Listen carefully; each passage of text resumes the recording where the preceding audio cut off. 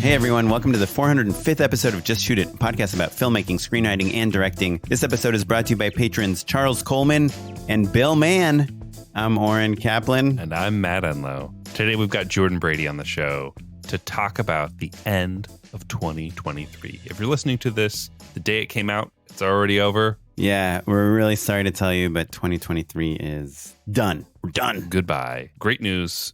I think people were pretty sick of it. Here's to 2024, baby. But we talked to Jordan about all sorts of stuff. We dig in. Jordan is a prolific director. We talk about, he has a great feature background. Which I had no idea about. We knew about some of them, but there's like a handful of like very big movies that came to light late in the conversation. We've known Jordan for years at this point. You know, we dig in on the things that affected our career in 2023. We're using that personal lens to talk about some kind of larger, bigger questions and the industry at large. Like I said, Jordan is mostly a commercial director at this point, and so that's more of what we're focused on. But I think we touch on everything about starting your own production company, about reps, about full-time jobs versus freelance work, and about kind of trends we've seen and pitching. It's a fun conversation. Well, without further delay, you should all go to patreon.com/justshootitpod to throw us a buck or two to keep this show going. We appreciate everyone who's throwing in a little bit of money. We have a surprising number of expenses. The year is over. It's time to start fresh. So, a buck or two, you're not even going to notice it, but we will. It will make a big difference for us. And you'll feel that rush of energy when we say your name at the top of the show. It's really fun. Everybody who's done it knows. With inflation, you won't even notice $4 a month. It's like nothing. Yeah, it's true. It's true. It's like what can you buy today for $4 a month? $4? Yeah. I mean, not a month, for $4. You cannot buy a coffee. I can tell you that much. Yeah. Patreon.com/justshootitpod is the place where you can support us. And without any further ado, here's the rest of the show. Okay, we are here with Jordan Brady, a very successful director, made a lot of things, including a lot of comedy commercials, thousands of SAG productions, a few funny documentaries. And he happens to host a little podcast called Respect the Process. But you probably already know that because we probably set it up in the intro, everyone. But just in case, Respect the Process. I've been trying to get my wife to do a podcast called Perfect Couple Podcast. She's like, don't you? That's my next husband. Right. That's her future husband. But I just think it would be fun to have a parenting. Like there are plenty of parenting podcasts out there, but for filmmaker parents, that's got to be a niche. Isn't that what podcasting is all about? Sure. Yeah. It's about parenthood. It's about raising children, setting boundaries, and nepotism. Perfect. If you know about one thing. Oh, I know about How many Oscars did your dad win? My dad was not in the business. One thing I'll never say as a guest on someone's podcast, especially some coveted podcast spot. Noah, get ready to beep this.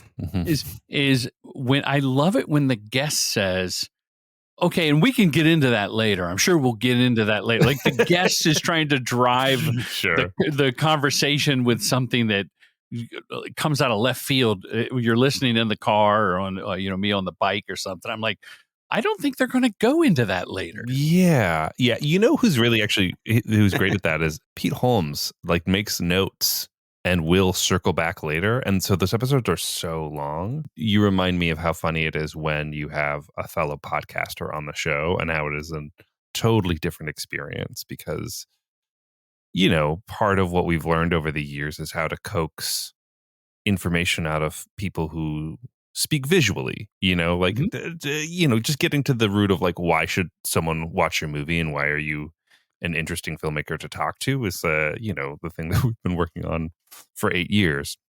And with a podcaster, you sit back, you just let them go. Do you know what I mean? Yeah. Like I feel like I said 10 questions to Felicia Day and we could have talked for 6 hours. It was great. Oh, she was so good. I don't know if you heard the Felicia Day episode. You two are such a great balance. And Jeanette Godoy, my wife, filmmaker Jeanette Godoy, who has been on previous the show. Guest. Yeah.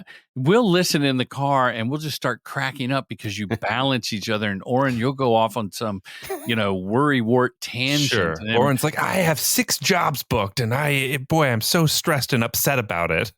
but it's so raw and it's real. And I think we all empathize and relate to that. And then Matt, you swoop in with a calming, let's double click on that. Yeah. Matt will be like, but Oren, what month is it? It's June. Nobody works in June. Yeah, sure. I'm like, hey, you say this about every single month, Matt. No, I say it about January and July. That's what I say. July is horrible. December? But I'm sure we'll talk about July later. Yeah. No, December is great, unfortunately. Well, speaking of months, we brought you on, Jordan, to kind of recap 2023. It's literally December 29th today when we're recording. This episode will unfortunately come out in 2024, which is all the way next year. But it is going to be about what we learned in 2023. Matt had a great prompt. We're each going to talk about a couple things that we feel like have changed our careers. Jordan, what was the most important thing that happened in 2023? The singular moment that changed your 2023. Well, I actually have that. Like it wasn't hard. There were a lot of wonderful things that happened. There were a lot of scary times. There were a lot of like, okay, how am I going to bridge the gap when I didn't get the job that I had a slam dunk call on, a second call, for whatever reasons. But I launched my own production company, True Gentleman Industries, aka True Gent. But starting my own production company was a really wonderful thing to do. And I've had companies before. And I had a production company with partners and a decent roster at times. At other times, it was like a revolving door of directors. And it didn't really take off the way I wanted it. But now operating lean, nimble, family operated. My wife, Jenica Doy, who I mentioned, is on the roster. Ben Brady is on the roster. And I want to foster new talent. And if either one of you have a job you want to run through True Gent, give me a call. I've actually referred you to a couple of people. Thank you. Doing that was wonderful. And look, I'm older than the two of you, not combined, but individually. I lean into the fact I'm a grandfather now, which a lot of people said, don't, Jordan, ageism. Ooh. And it's just time. Like I'm pretty set in my ways, the way I like to run a commercial set.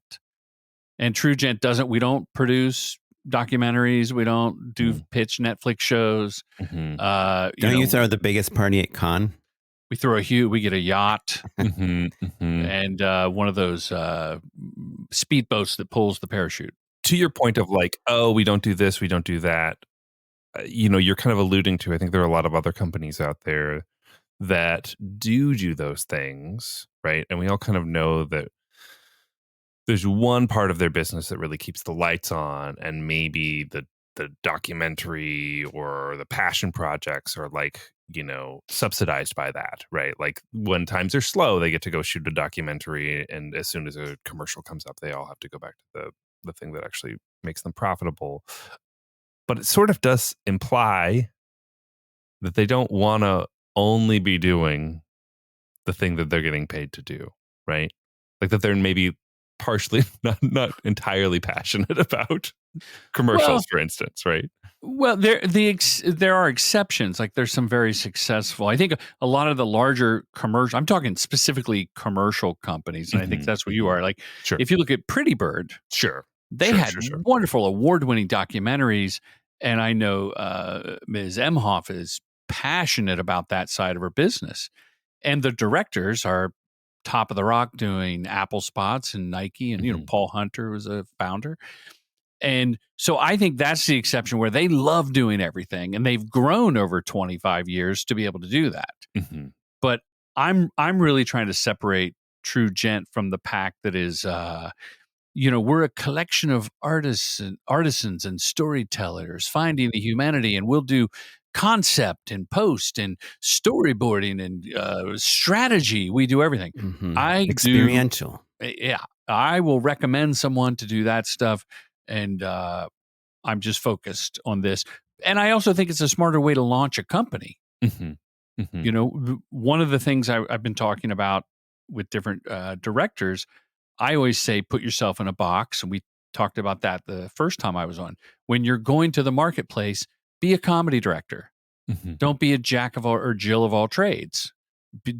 I'm an effects driven, I'm a comedy dialogue, I'm a niche within a niche. Mm-hmm. But then as a filmmaker, you want to have variety. So expand, do other stuff. But until you've established and are making a living at the one thing you do really well, I think it's hard. So I look at launching a company the same way. We're just going to do commercials from agencies. If a client direct job came along, I would do it in a heartbeat. And maybe I've done 4 or 5 that I don't promote a lot, because that's not the marketing of the business. Yeah. So that was the biggest thing that I did was, and I hope this is interesting to the listeners, but I actually started the company in 2018, and I had house accounts, like agencies and the same client that I worked with over and over again since one of them, the Toyota that I do every year, since 2005. And so that was it. A shop called Uber Content that became Sanctuary, basically. And then I had it at Super Lounge, which I had a couple of partners in. And then I took it away from my own company. I told my partners, hey, they want to work with me and we want to streamline it. But I didn't go public. I was in the closet with True Gentlemen. And then this time last year, around, I guess it was November, I said, in January 2023, I'm going to do some press. I'm going to get reps. I'm going to do, a web page. Is that what they're called? Do people still look at those? You should check out that HTML. Yeah. It's hypertext something. Get ready to talk about some cascading style sheets over here, Oren. I am curious though, because I guess the way I think of a production company, especially one that does commercial jobs, many of our listeners work with, whether it's a local store you're making a commercial for, or a big, a regional Toyota campaign, or a big, Oso hot sauce campaign, international campaign. The idea when you have a roster of, let's say, 10 directors, right, is, let's say you have a budget, let's say it's $500,000, and the production company typically will take some percentage of that budget as a production fee, right? So 10, 20%. Let's say they're making $50,000 on it. Just to make the math easy, right? Now, if you have 10 directors and they each have a job, a $500,000 job, and you're taking 10% of each one, you're now made $500,000 of profit, right? Of production company fees. Obviously, assuming you didn't go over budget and you didn't have to lose some of that. Now, let's say you have 5 partners, you each, you split that, you each get $100,000, right? So to me, the motivation behind having your own company, and a small roster versus a big company with a big roster, is kind of about the money at some point, right? Like if a Super Lounge that has 10 directors is probably making a lot more margin than a True Gentleman, right? That has 3 directors on the roster. Is that part of the math at all, or am I totally off on that? I'll give you some specifics. You're actually off the mark. But Super Lounge being, it lasted 10 years, and at our peak we had 6, 7 directors. So there might have been more on the roster, but not everyone was working all at once. Mm-hmm. So your scenario works with RSA, or Caviar has, 40 directors in the US, mm-hmm. and let's say 10 of them or 20 of them are working. I don't know. Then that scalability, is that a word? Mm-hmm. Yeah. Then it pays off for the stakeholders, mm-hmm. right? With regards to Super Lounge, I had 2 partners, so we split the profits 3 ways. We marked up the job. We came in under budget. So yes, it was a good model and it did work. But at a certain point, as a director, I could have made around the same money being on someone else's roster, which I did for a couple years, just getting a percentage of my own jobs. The problem with Super Lounge was I was the director working the most. One year we had Greg Pop, who's now at, I think, Seed or Backyard. He was at Backyard. It doesn't matter, but a great guy. And he worked a lot. And the profits that I made as a partner, as a producer partner of a company, were great. It was like I could sit back. Sure. If you had 10 more of him, If you'd I be had like, 10, yeah, heck yeah. But If also because you're a director partner, you can actually go direct your jobs while the other partners maybe are putting out fires or dealing with that was the goal. The goal thing. was, and they're great guys. I still keep in touch with my old partners, but it didn't happen at scale. It was more like, hey, if I don't take this job, we're going to have trouble this month. Right. That was sometimes. So what I like about which is to say, you're saying, just to clarify, basically, Jordan, if you don't work, the company is going to lose money. Right. Yeah, it was like that a handful of months. And then there were months where Richie Keene, a big TV director, joined and was with us for like a year or so. And he did 3 or 4 jobs and we made bank and he made bank. For whatever reason, people go elsewhere. They get a taste of this. And so you're saying Richie Keene made bank this year that he did 3 or 4 big jobs with Super Lounge. Yeah. Is it because his director fee, his day rate is really high, or is it because he's sharing in the profits as well, like a profit participation thing? Both. So does and his rate wasn't even that high then. This is going back, I'm sure maybe it's 10 years ago. Oh, okay. Right. I think in that particular case, if you know who he is, he did that Charlie Day. He ended up going on to do It's Always Sunny. And that became his thing. And I think we didn't exploit that well enough. I think we failed him. He went on to do Sunny. We should have been able to cherry pick jobs. Right. Yeah, we got the director of Always Sunny. Yeah. You want him to do a funny thing? Yeah. That's referenced in these boards, guys. Like, here's your guy. Yeah. But having a small boutique shop, 2 P's and an E, the old English way, because I run so lean and mean, the profit margins are higher on my own jobs, right?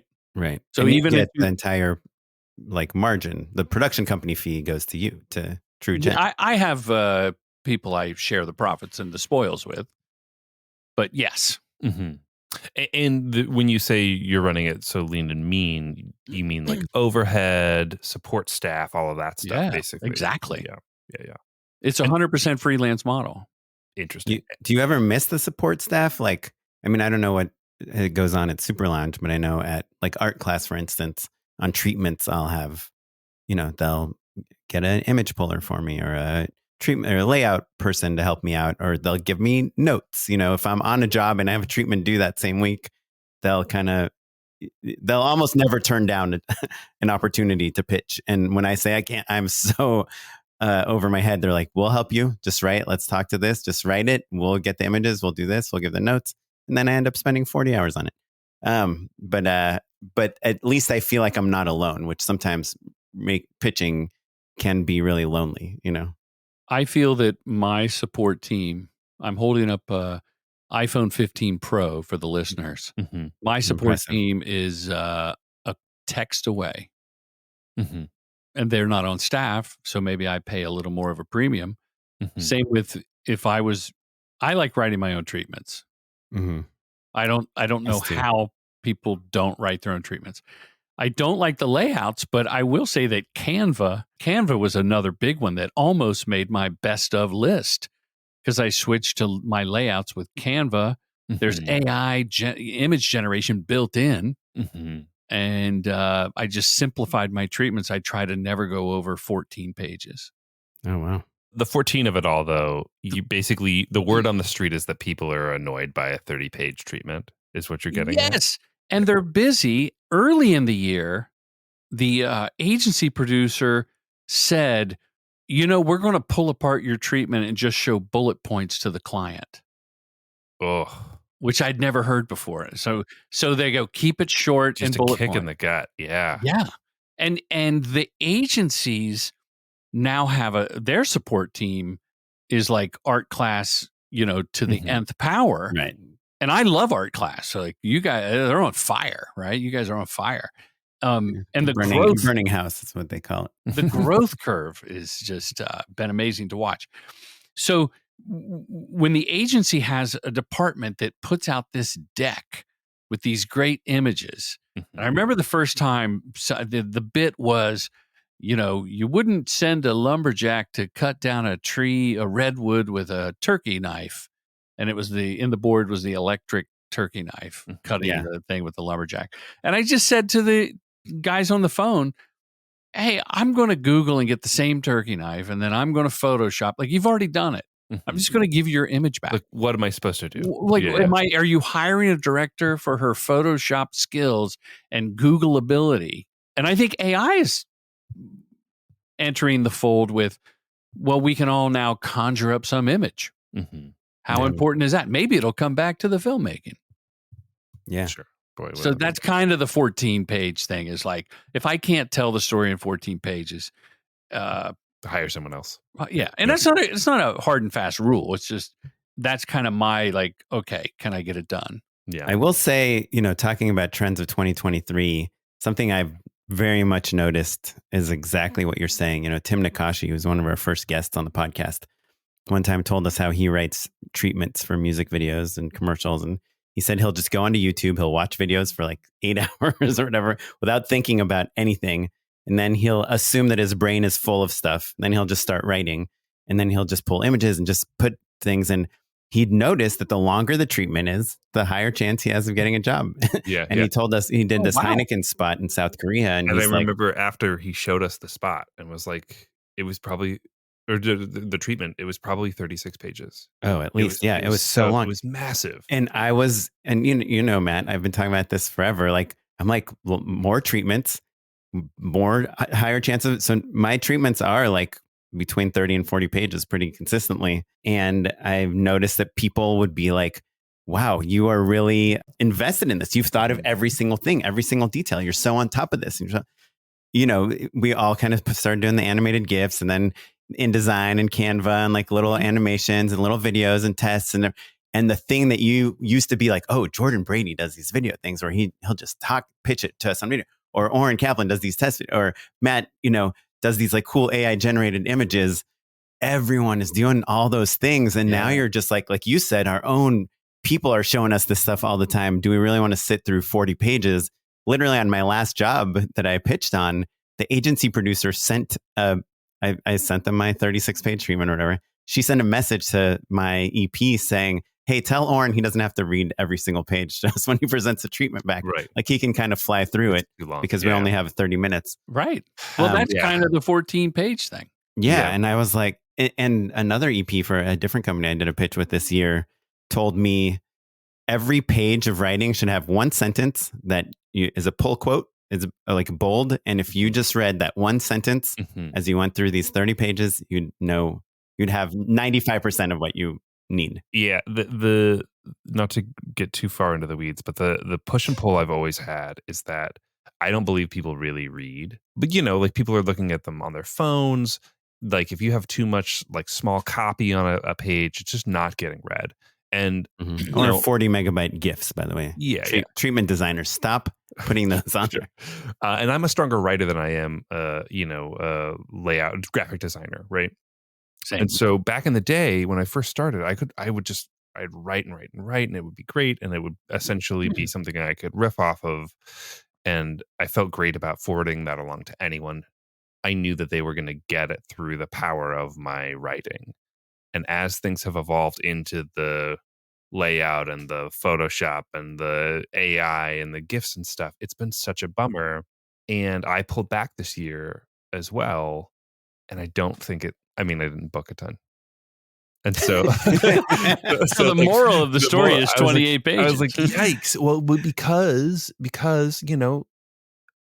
no matter how good I am at pitching, I know that someone is going to forward this document along to their boss or the client or something else. And so it has to stand on its own. Or to your point of like, the pull quote being the thing that actually is the narrative thread, the spine through the entire piece. That's perfect advice, whether it's a pull quote or a headline or whatever. And I think that I have to become more disciplined in the flavor text being extraneous, but still important. Do you know what I mean? That's a weird balance between it being fluff and not worth saying versus knowing not everyone is going to read it, basically. it might be a good time to mention that I do have a course at commercialdirectingfilmschool.com. Oh no, we'll circle back to that later. Well, I'm sure we're going to talk about it later. How to pitch, and then how to. It's a complimentary course to directors' treatments unmasked, and anyone on my mailing list, which is a MailChimp, and my wife goes, "What's that thing you use? Survey Monkey?" And I'm like, how did they not call it Survey Monkey? I sent out, like, for Christmas, I sent, I think, 6 treatments, including the one that didn't win. And I sent the spots with the treatments. And some of them are not that flashy. Did you send the spot of the non-winning one too? I sent a YouTube link for the Reliant Energy. Yeah. Oh, cool. To whoever, I forget the gentleman's name. Very talented. Turned out great. Not a true gentleman. Not a true gentleman, but I'm sure a nice person, and definitely talented filmmaker. I mean, that's the thing. But you said something like they don't read it or it's on the phone. There was this gig, and I won't say where, but I had a friend bidding. His treatment was really splashy. Mine was pretty good. And they were bidding like 5, or they were talking to 6 directors before they narrowed it down, and they still got like 5 treatments. And it was it was kind of the spot is not impressive because I've seen it, right? And that did bug me. But when it got to that second call, hey, take us to the treatment. I go, did anyone have time to read it? And just looked at the Zoom, and they're like, no, I've been really busy. So well, I could have just, what's the point? I could be making it up right now as I read it. Sure. Yeah. The GIFs, however, the pet peeve is when, hey, could you send a PDF too? Because the PDFs don't play the GIFs unless you gentlemen have a secret. We don't. So I have to find the perfect. I go all Kaplan on it, right? I find the perfect moment in the GIF to freeze, and then build that for the PDF. And high 320 by 240 resolution. Sure. One last tip, and I know we're already way off course as usual. But one thing I've done also the last couple of years is, instead of, I used to have sections in my treatment that'd be like casting, wardrobe, tone and performance. I try to put my idea into the section heading. So instead of wardrobe, like I just did this one that takes place in a casino and everyone's going out, and it's like dress to impress, and then instead of tone and performance, it's like, why you'll shit your pants or whatever, like, although, like, I kind of try to do my bullet, like give you a feeling that's right. just from the section title. And sometimes I'll usually start out with, I'll write intro casting, when I'm just kind of organizing my brain, and sometimes the layout person will just write those. I'm like, no, you can't use like my section titles. Those are just like placeholders. Jordan for years had this brand of hot sauce that the reason I love it, besides it being a good product, was the strike of it all, I think, was really tricky for me in particular. I love commercials and had been making my living doing commercials for a number of years, but that was never the main plan, right? And so I took a job as an EP.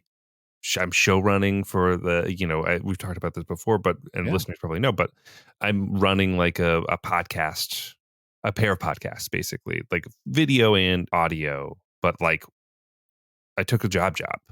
And what's complicated about that is that my sanity is there, right? Like I every writer I know is like dog walking and tutoring, like really talented, gifted people with resumes I would kill for are, having a hard time. And this wasn't my first strike. And I freaked out a little bit. I've got a baby. I've got a mortgage. Right. Did you take the job pre-strike or with strike looming? Strike was looming.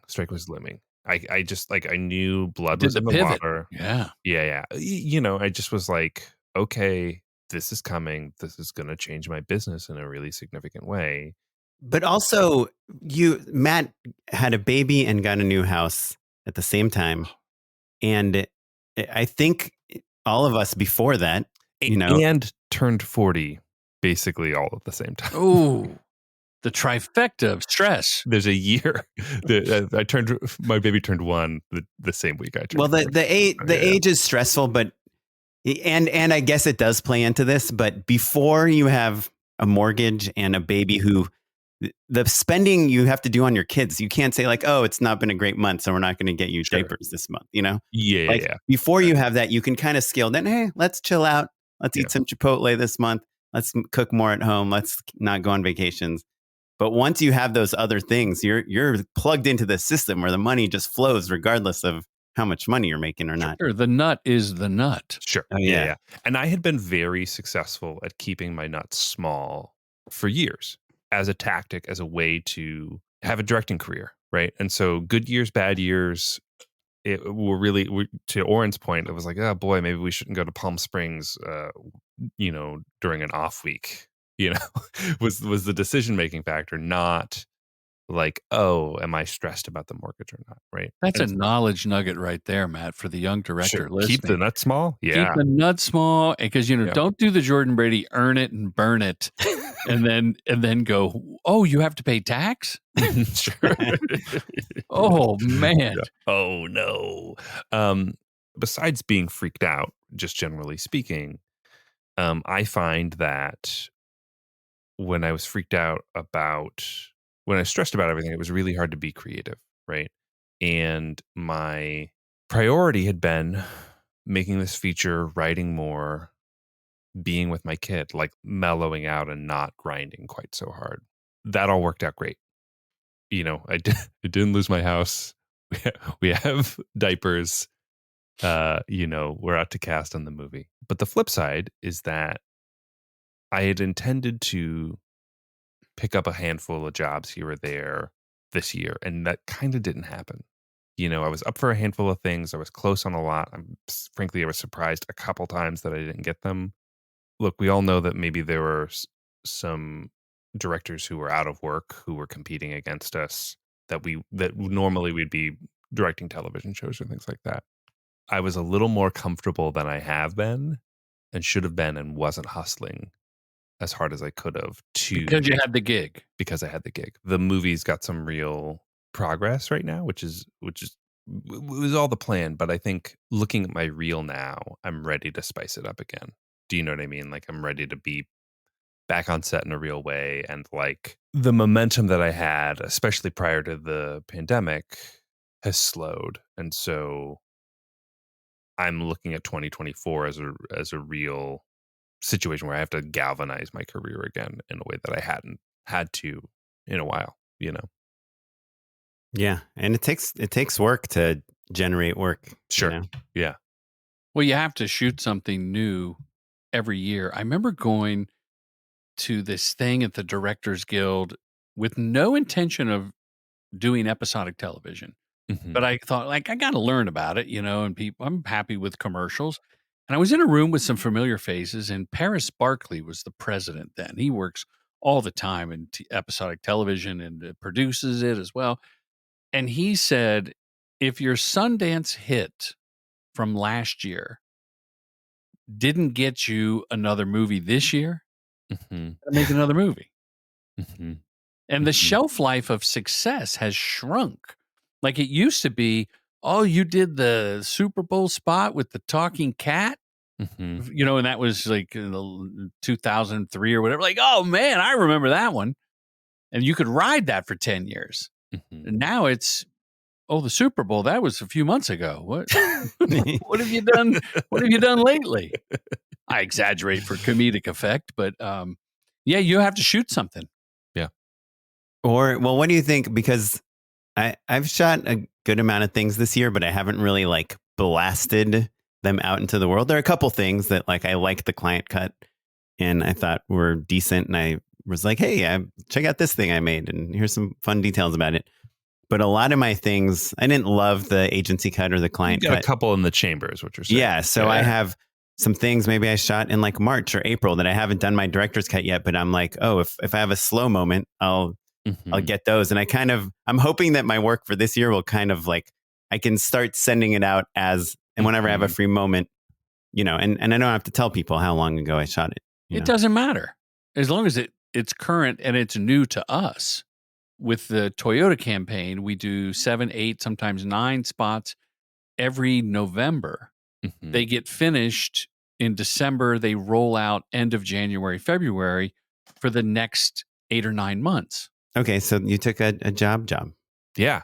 I mean, well, and look, there is an end date, like we've got these 2 seasons and then we're done. So it's not like I'm retired. There's no gold watch in my future. Personally, I'm now just kind of in the spot where it's like, okay, how do I jumpstart things again? Right. Or rather, in what ways do I want to?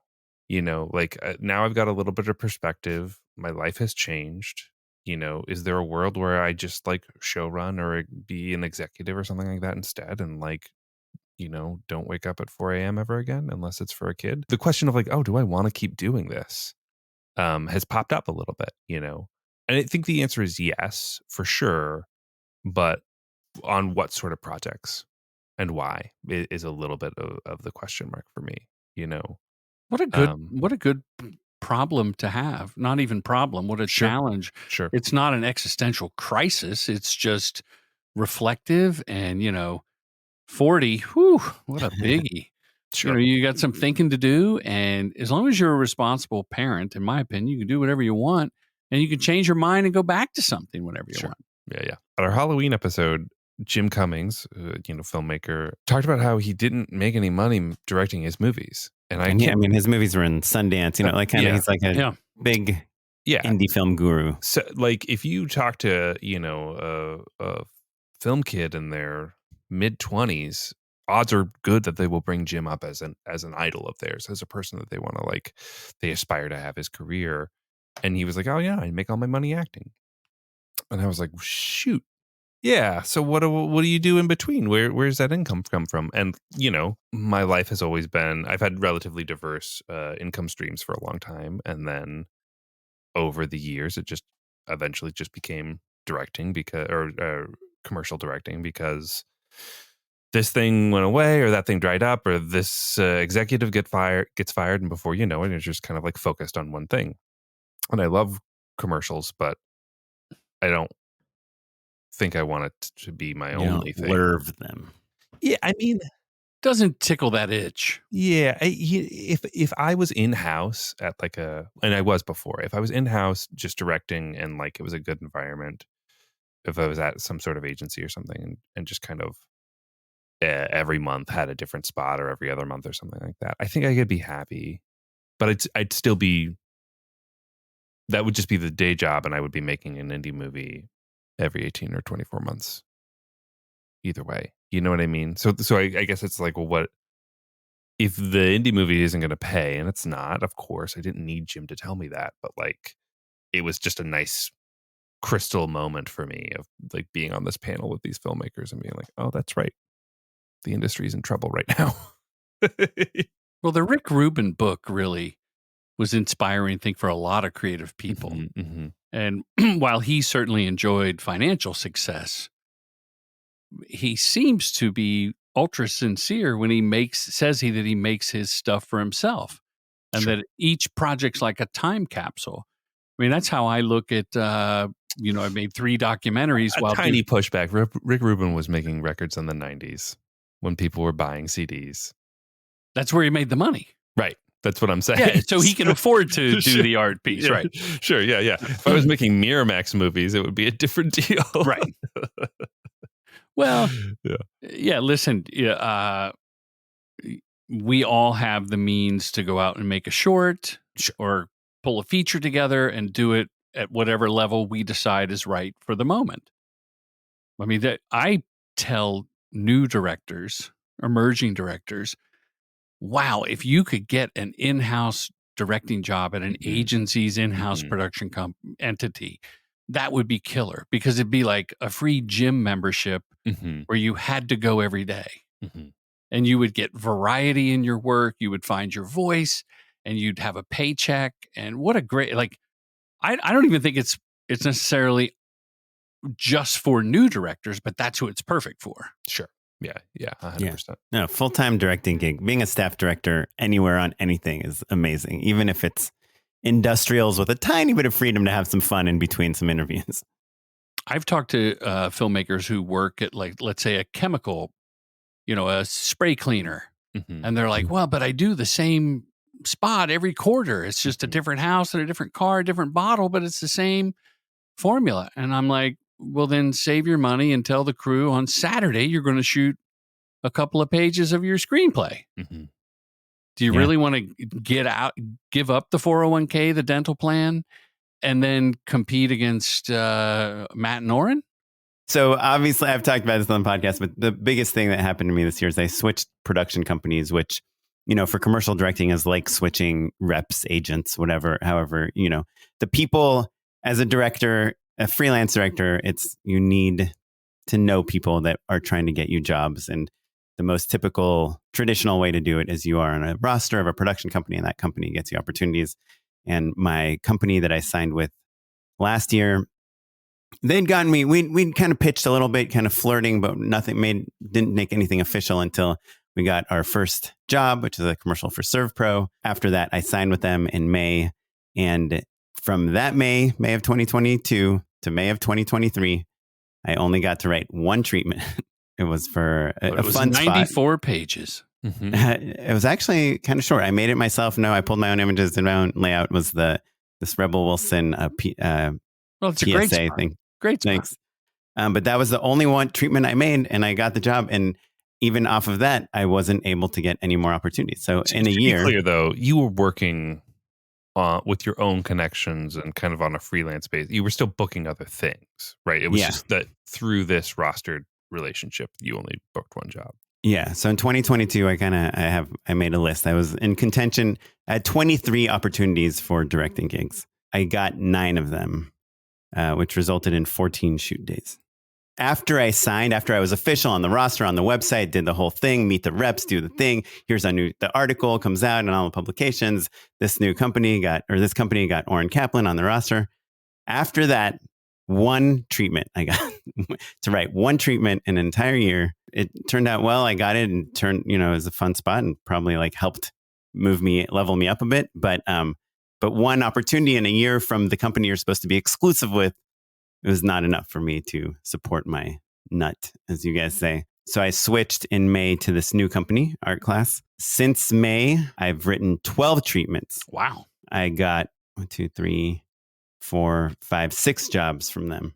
6 versus 1 in less than a year is pretty significant. Pretty awesome, man. Yeah. I also signed with Canadian reps, which I did. I got a couple of really good jobs with them. So in 2023, I was in contention. I had opportunities to pitch on 32 jobs, and I got 18 of them, and I had 24 shoot days. So you could see the difference just switching. I had twice as many jobs, and I had 10 more shoot days. And this is with something that we talked about off mic, Q1 of 2023 of this year, Q1 being January through March, was my worst quarter since I moved to LA. Here. I literally made 1/10 of what I made in Q1 of 2022, my previous year. So even given that Q2 is when I signed with this company to now, it's been like my best year. And so it really makes a difference. I mean, we all know this, but I don't know if we all know this. I kind of thought it didn't really matter if you're we talk about on the podcast all the time about reps not being that important, especially in more narrative stuff. But across the board, if you're looking for a rep, it might mean you're not ready for one, I think that's certainly true. That's a great one. I think that, Oren, you say that reps aren't that important. I always push back or bite my tongue on it, just for the record. I think in the narrative world, you do need reps at a certain echelon. But I think really more importantly, on your trajectory, that Rebel Wilson spot, I think did level you up in a significant way, right? It's really great. It had an awesome celebrity. It looked really premium. It was a AAA spot. And so when you're in the running for bigger spots, I think that those relationships become much more important. Relationships are always important, but you can't have mid-tier reps pitching you on jobs that they are outclassed on. I think that's the bottom line. Think of it like this, though. And I have wonderful reps, and I still find that repeat business is what keeps me going. Mm-hmm. And I want the agency people to go to the website or Google if they heard of me or, somebody recommended, and they see that we have reps. Mm-hmm. We see it's almost like an advertising expense as much as it is a sales expense. Mm-hmm. It's the cost of doing business to have reps. I just literally yesterday, from when we're recording this, signed on with Options, Doug Sharon, as my not only West Coast rep because he's in LA, but I'm going to have him handle the East Coast. Mm-hmm. Mm-hmm. Not because he's boots on the ground there. He's not, but because I have a relationship with him for many, many years. And I know that he can find the leads. Before that, I went 3 months without a rep in New York. So that's not going to, no one's just going to call out of the blue. Sure. And to clarify, we are using reps in a really broad way. Jordan, you're talking about your sales reps, yes, right, for your company, where yes. Oren, you're talking about rostering at a production company, which also has sales reps that, sure. Nikki Weiss, who was on the podcast, is one of the sales reps of Art Class. One just quick side tip. If you're looking for production companies, because we have people email us a lot and saying like, hey, how do I find out what production companies to reach out to? If you ever hear a rep's name like Nikki Weiss, or if you go to allyouroptions.com, they have a roster. So if you go to allyouroptions.com, that's Jordan's reps, and you click on roster, you can see, I actually don't see True Gentleman Industries on here yet because I have to email them the logo, the PNG file. Oh, crazy transparency. So you have like 13 companies here that are all production companies that if you're a director, you might want to click on them and see who their directors are. And they have 10 directors, and some of those are post companies. But the getting repped by a production company and being on the roster and their sales reps in the different regions just means now you're competing against the same people, but someone's pitching you. Mm-hmm. Like it's almost like sometimes you're competing within your own company. Who gets the board? How do they decide at Art Class if it goes to Oren or director of, number Christina? 4? Yeah, Christina. So Art Class, at least this past year, has kind of been in this privileged position where they have a lot of their roster working. And so I think a lot of it comes down to availability. Vince is busy, Ryan's busy, Christina's busy. Oh, this is kind of colorful, comedic, fun camera moves. Let's go to Oren. But also we have 2 other directors, if Oren's not available, that can go to it, or this is like really great celebrity dialogue comedy, we'll go to Vince. This is awkward kind of Geico style comedy, we'll go to Ryan. Oh, Ryan's busy. Oren can probably pitch on this, so I think we each have our like little flavor of that comedy slice. I still have to work with other companies as well, and my dream is to be in a position where just one set of reps are getting me 100% of the work and I don't need to ever talk to anyone else. My hope is like Matt, that I'm doing 10 commercials a year and then maybe a narrative project on the side too. And my other thing that I did this year, which I mentioned earlier, is I kind of took a new strategy with hiring crew. So one of the things I noticed with Art Class when I signed with them, and I think a lot of people do this, I'm curious, Jordan, if you do this too, based on your 14-page treatments, I suspect you don't, but I have now in my treatments a page on potential cinematographers and potential production designers, a page for each. I'll talk about production design, then I'll say, and here's the production designers I'm super excited about. And then I'll have a page on cinematography.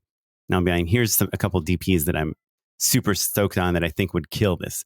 And I have like an animated GIF from like the spot they shot that's really similar, and then a link to their website. And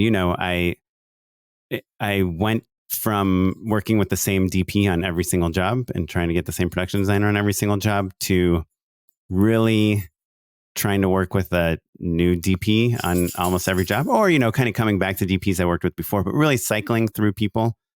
A lot of this had to do with this Instagram message I exchanged that I talked about on the podcast of a director telling me that the first time he works with a DP is usually they're trying to impress him.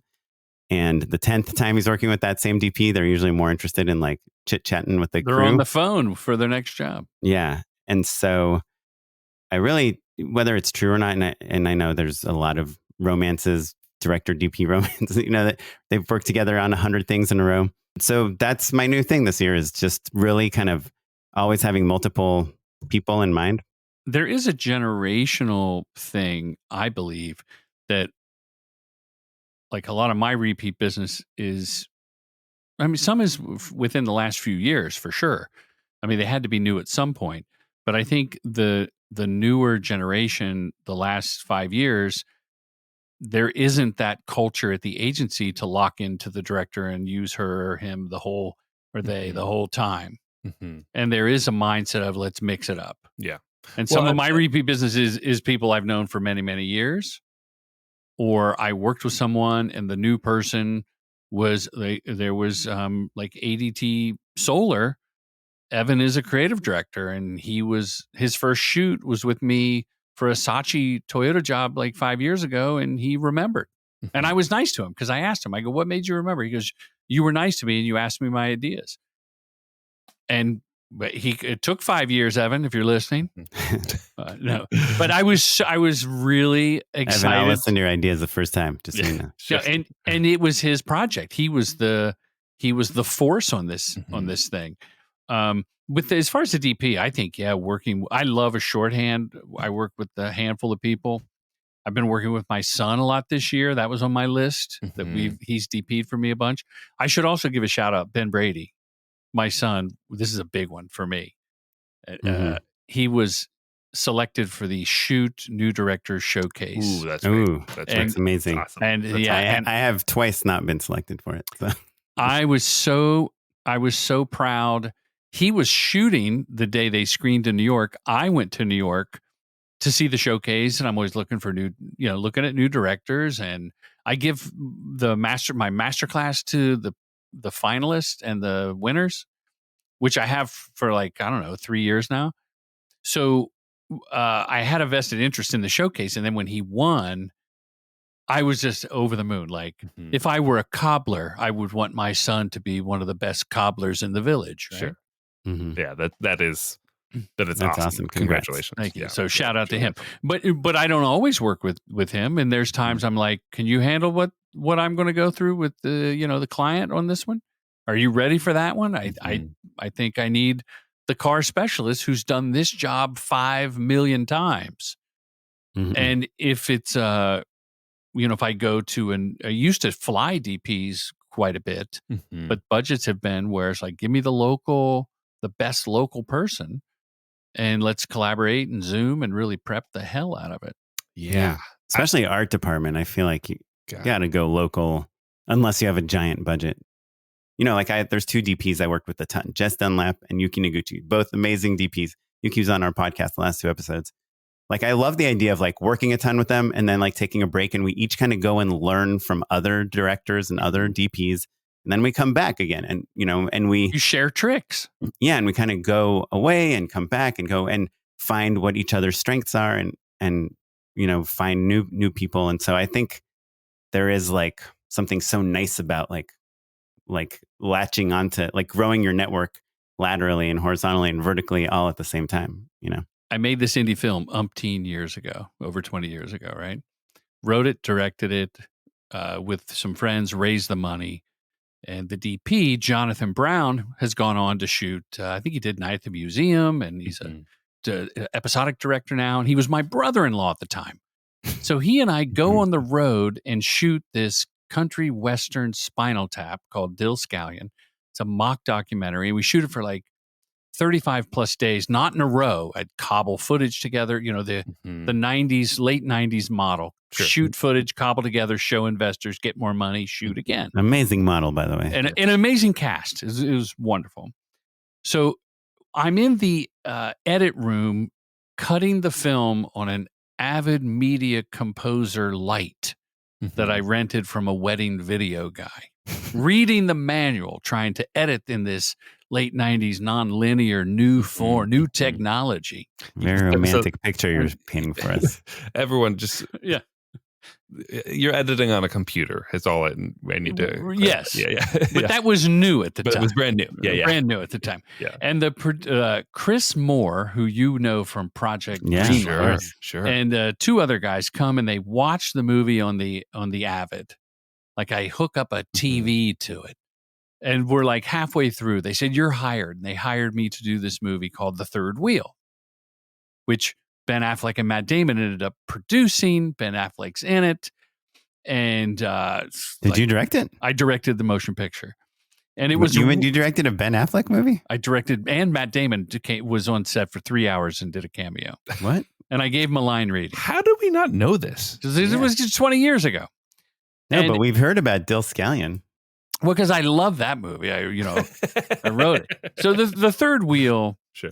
The Third Wheel was Luke Wilson and Denise Richards were the stars, and Jay Lacopo, who's a very funny writer performer, happened to be a friend. And when I saw the script, I'm like, oh, I know Jay. But that's not the DP story that I'm telling you. So Jonathan Brown, this is like $1 million movie, right? Jonathan Brown is going to DP. So Dill Scallion was Jonathan's first movie. Then he does The Third Wheel with me.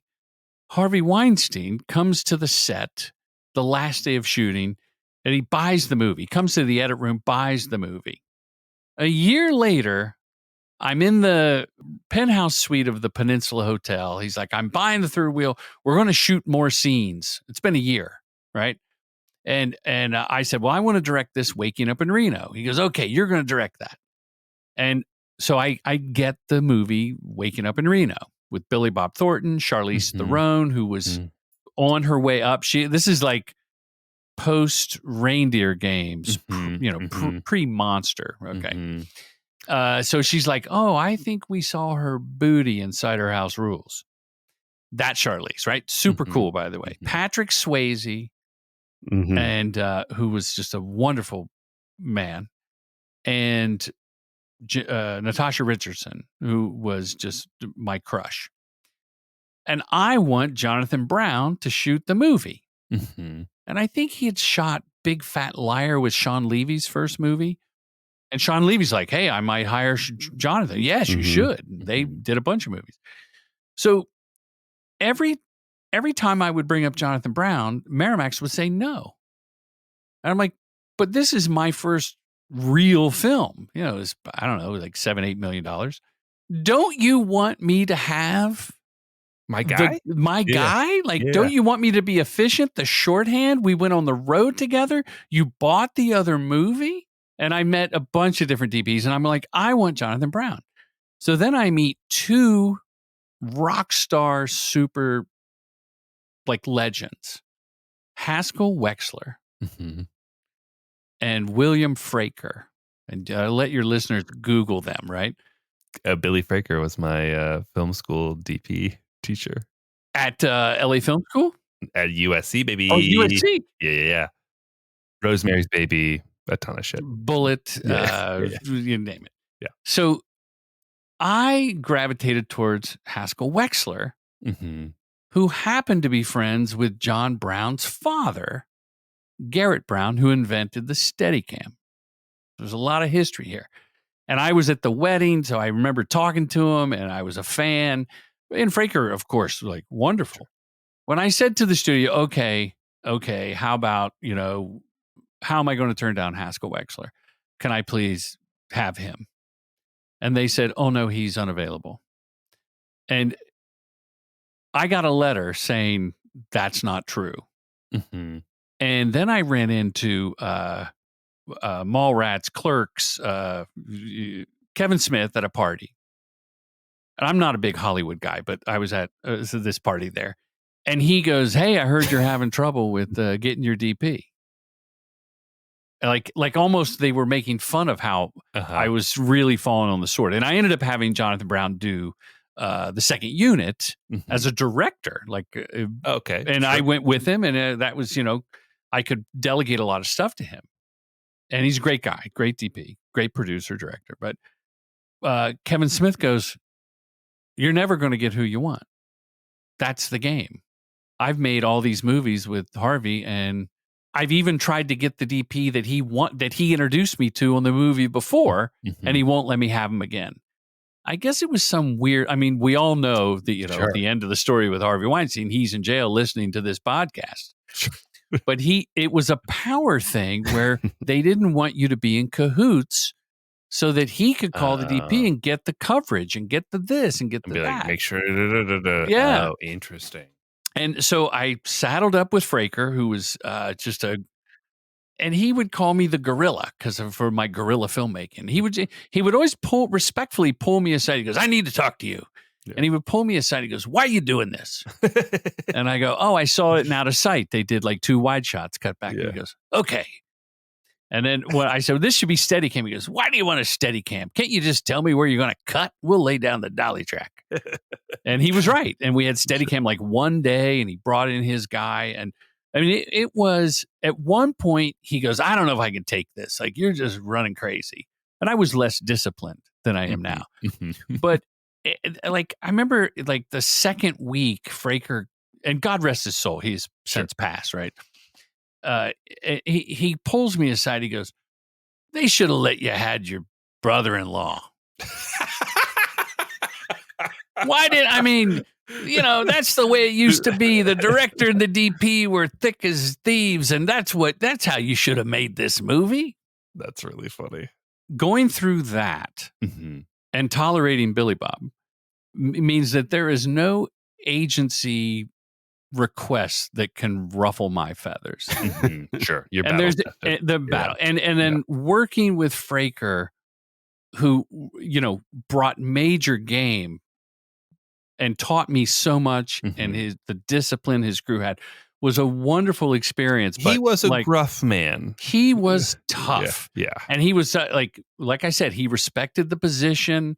And like one time I remember we were on a tech scout and I held the door open for someone. And he yelled at me, he goes, "You're the director. You don't hold. What are you going to do next? Get him coffee?" I go, I was raised to hold the door for the woman there. Like, I don't, just to paint the picture, when he was teaching, imagine Mr. Hammond from Jurassic Park, right? Right, just that's what he looks like. A round white beard, but not as jolly, but also kind of still styled similarly. I doubt he was wearing white linen when he was on set, but a fedora, a white gloves DP for sure. Yeah. I did one more indie that was just like this thing, and it was during the strike. It was because of the strike. If we start by Friday, and everybody just jumped on, it was like a island of misfit filmmakers and actors. And I met on some movies, and I pitched on like a Freaky Friday and a whatever.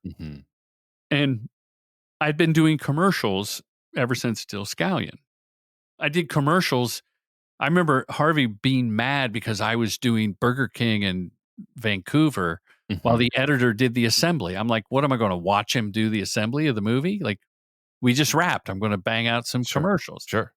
And then the commercial people would get mad that I was in post. When's the movie coming? You're going to go shoot another movie? So you'd lose momentum in one industry while you're doing this. And I feel that both suffered a little bit. But my point goes back to Matt and the gig, the producing gig, and what do you want to do? So after like a Disney pitch on a movie I didn't want to do, Stuart Little 5 or whatever it was like, I told my agent, I go, "I'm going to do commercials for 3 years. I don't want to pitch. I don't stop sending me the piles of scripts to, to the house. I don't want to do it. I've been on a nice run. There were some $2 million movies, but I had 2 little kids. And am I going to go do that for a year and a half, 2 years? Sure. Or can I do commercials? So I'm going to do commercials for 3 years. And 3 years turned into, that was like 2002, 2003. So now we're 22 years later. And I love commercials.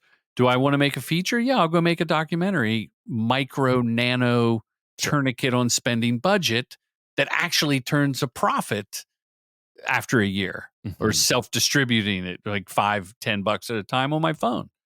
So I couldn't have predicted that this is what I would have done, And if I wanted to change it right now, I would go write a feature, raise the money, and shoot it, and save money to put, the kids in Slurpees and new jeans. So your job right now, Matt, is genius because it is what it is right now. Sure. Like it's kind of surrendering to the now, making it the best. And then as we go into 2024, have a plan, write down your deadlines and your goals. And I'm not saying, I am saying manifest it because you can change the course anytime. Yeah, it's funny. I just heard this interview of Terry Gross on NPR. She said that there's this saying people used to say, which is like, no one on their deathbed said, "Oh, I wish I spent more days in the office." That's true. But she's like, but for me, I kind of, and a lot of people I know, and the kind of creative people and journalists and people in my life, like a lot of them do wish they had some legacy or finished some project or did some thing that is kind of like what they left in the world. And down the line, I'm not going to like, will I regret not making my short film or whatever? But I don't know. I feel like as long as we're making things and generating stuff and out in the world, we can do whatever we want to do and not feel guilty about it. It's a breath of fresh air, Oren. Well played, sir. I was a game show host. That was my job when I was a young man. And someone offered me a gig at NBC.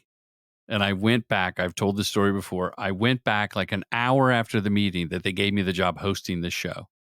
It was with Mario Lopez called Name Your Adventure. So now you got Mario Lopez and Ben Affleck. And I said, hey, can I direct some episodes of this show?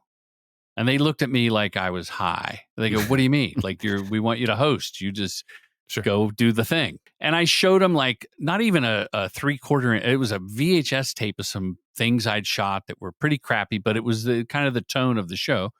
And they said, sure, you can do one if you come in the office and produce 6. When you produce your first 6 segments, you can direct one.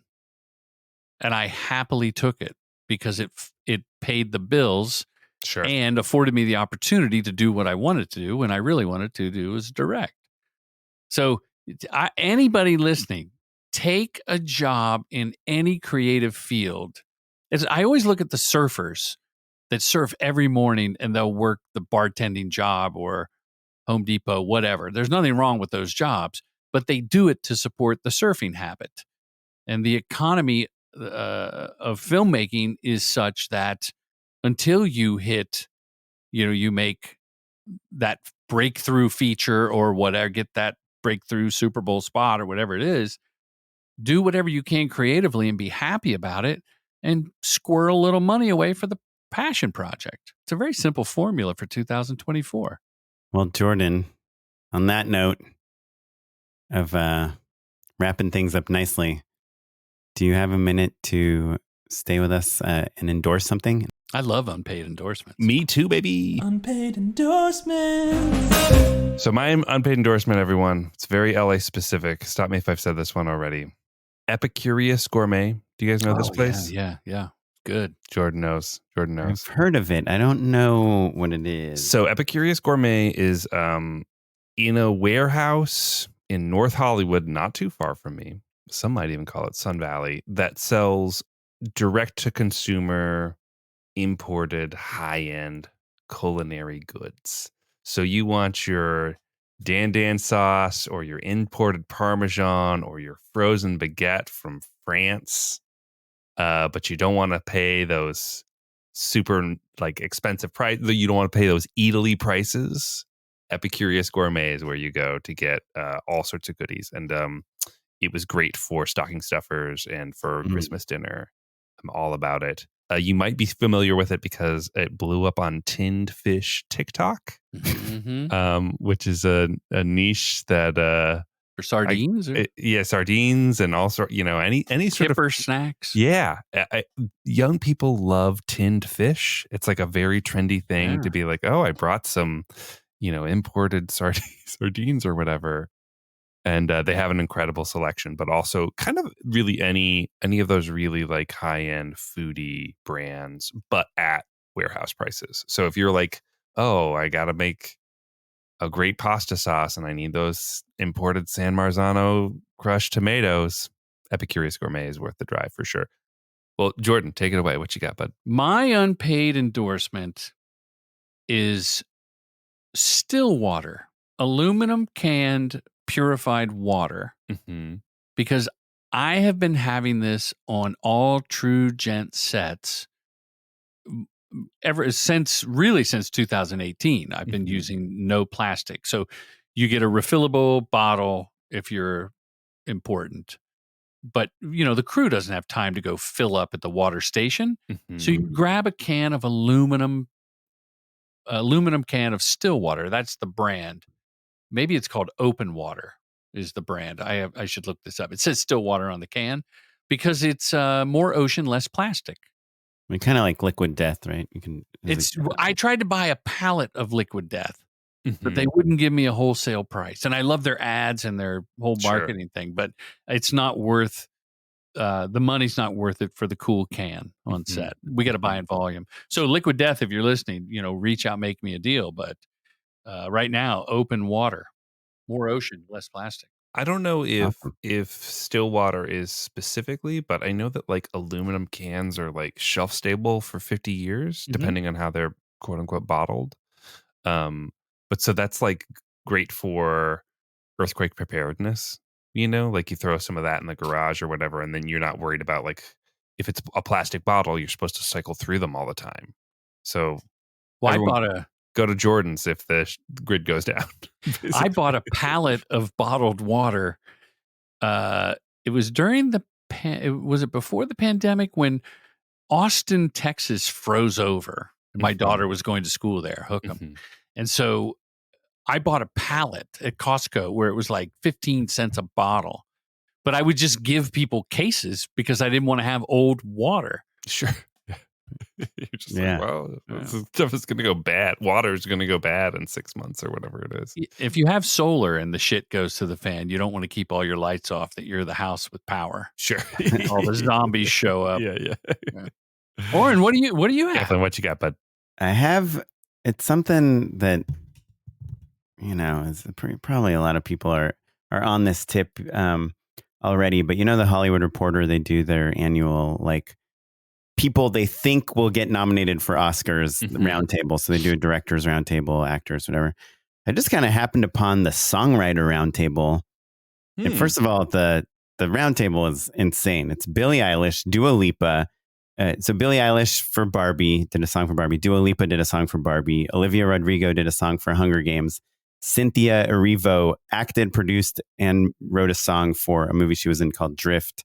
Julia Michaels did all the songs for Wish, the Disney movie, and John Batiste, he made a documentary of the symphony that he was making. And it's really short. Yeah, so it's called Songwriters Roundtable Preview. So I guess I just watched the preview. It's only 18 minutes. Probably the full thing is like an hour and a half or something. But they're just like, John Batiste talked about getting nominated for 11 Grammys, finding out he was nominated for 11 Grammys the same day he found out his wife had cancer, leukemia. Yeah. And just, we touched on this at the beginning of this episode, like the highs and the lows that we go through in this industry. And like, this is like 11 Grammys. This is probably his dream for his entire life. And then his, like, the closest person in the world to him, like, has cancer, like a really bad cancer. Like he finds that out on the same day. So it's just kind of interesting, to see people at the height of success and fame and kind of like dealing with these things. And then Billie Eilish talked about just writer's block, like the Barbie song, I think it's called What Was I Made For? I think is the name of the song. She just talks basically about inspiration and about how her and her brother like spent hours and hours trying to write songs for her album. They couldn't come up with anything. And then the last minute, they're like, oh, let's just worry about this Barbie thing for a second. It's not a personal song. I'm just going to write a song about this other person, Barbie, this character, this doll. And she wrote this song, and it's like, super beautiful song. She sung it into her iPhone. Yeah, she said in like 5 minutes, her and her brother, he kind of played something. She sang this thing, and she said she played it for like her friend in the car like a few days later. And she's like, this is like a song for Barbie, like this doll. And her friend was like, this song is about you, and it's like the writer's block came from trying to write something personal. She was writing about someone else in her mind and then ended up writing something incredibly personal unintentionally. And it's like this, smash hit. The group of people there is amazing. And it makes me think, like, you think about a Billie Eilish or someone that's like so insanely famous, like Olivia Rodrigo, just sitting for an hour listening to other people talking. It kind of makes me like, sometimes you think these people are so busy, they don't even have time to listen. And just watching these very famous people listen and sympathize and empathize with each other is kind of interesting too, because it just, humanizes them.